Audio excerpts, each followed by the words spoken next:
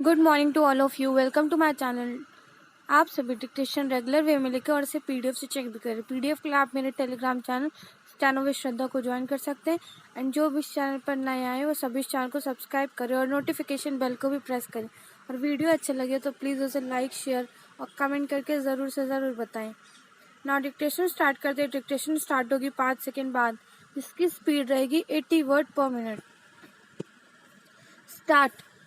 जिस प्रकार संवाद का महत्व है, उसी प्रकार मौन भी अत्यंत महत्वपूर्ण है।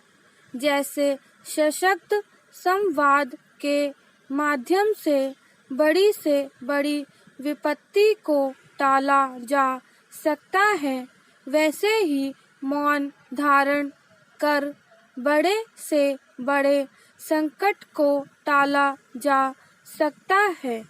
क्लेश दूर करने में मौन से बड़ा शस्त्र कोई दूसरा है ही नहीं। हमारी वाणी और मस्तिष्क का सीधा संबंध है। हम जो सोचते हैं वही वाणी के माध्यम से अभिव्यक्त करते हैं। जीवन में अनेक विकार हमारे मन मस्तिष्क में घर कर लेते हैं और समय समय पर वाणी के माध्यम से अभिव्यक्त होते रहते हैं। यदि हम इनकी अभिव्यक्ति पर संयम रख कर नियंत्रण कर लेते हैं, तब हमारे व्यक्तित्व का श्रेष्ठतम विकास होता है। आध्यात्मिक साधनाओं में वाणी संयम के साथ मानसिक संयम को भी अनिवार्य माना है। मौन साधना इसी का रूप है। पैराचिन्ह। विद्वानों ने वाणी के संयम को अनिवार्य बताया है। मनोविज्ञानियों का कहना है कि मौन से मानसिक शक्ति में बढ़ोतरी होती है। सुविख्यात विचारक जेम्स एलन ने लिखा है कि समस्त शक्तियों में सर्वश्रेष्ठ शक्ति मौन शक्ति है। जब वह उचित मार्ग पर होती है तो उन्नति होती है।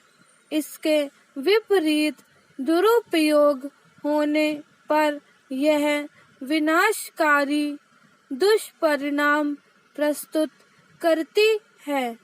सच कहें तो मौन हृदय की भाषा है। मौन स्वयं से संवाद का परिणाम है।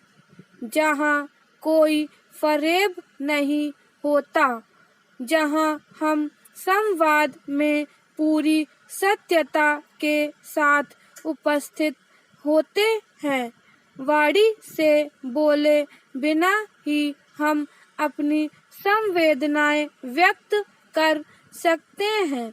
जितना असर वाणी का होता है, उससे कहीं ज्यादा असर मौन अभिव्यक्ति का है।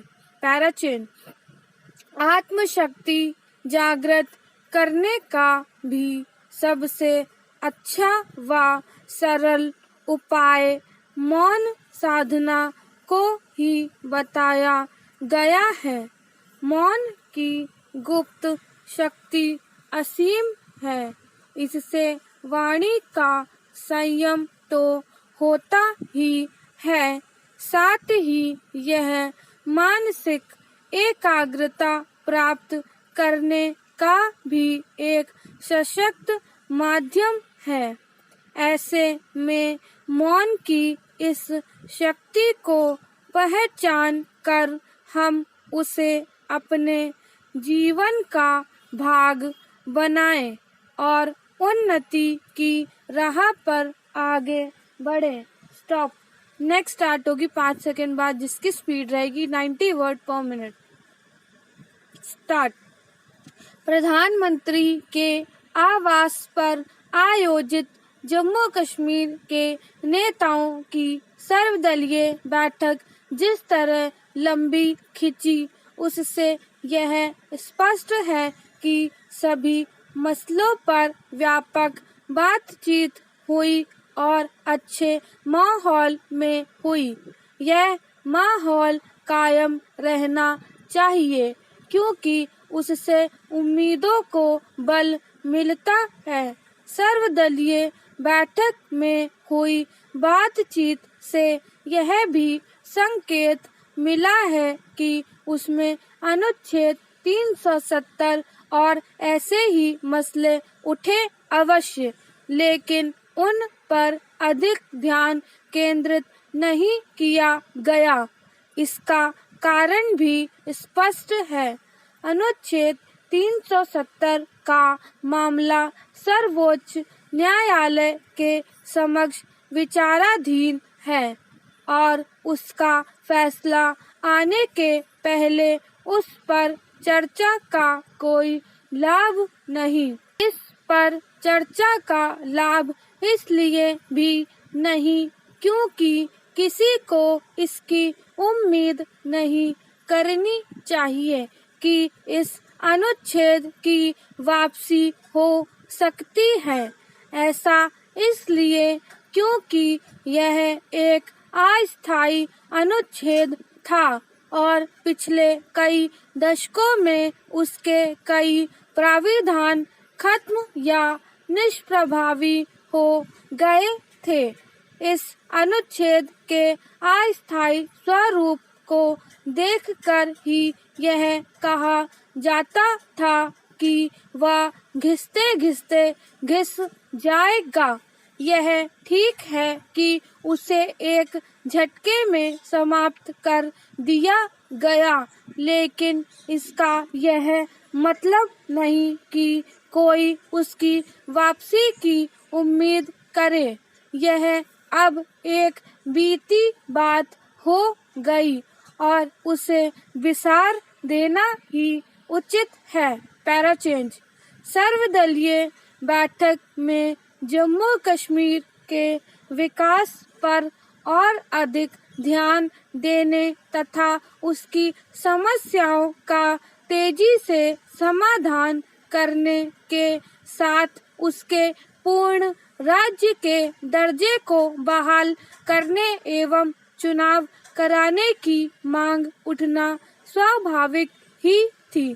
इस पर हैरत नहीं कि इस मांग पर केंद्र सरकार ने सकारात्मक रुख दिखाया क्योंकि उसने अनुच्छेद 370 खत्म करते समय ही कहा था कि जैसे ही अनुकूल हालात होंगे, राज्य के दर्जे को बहाल कर दिया जाएगा।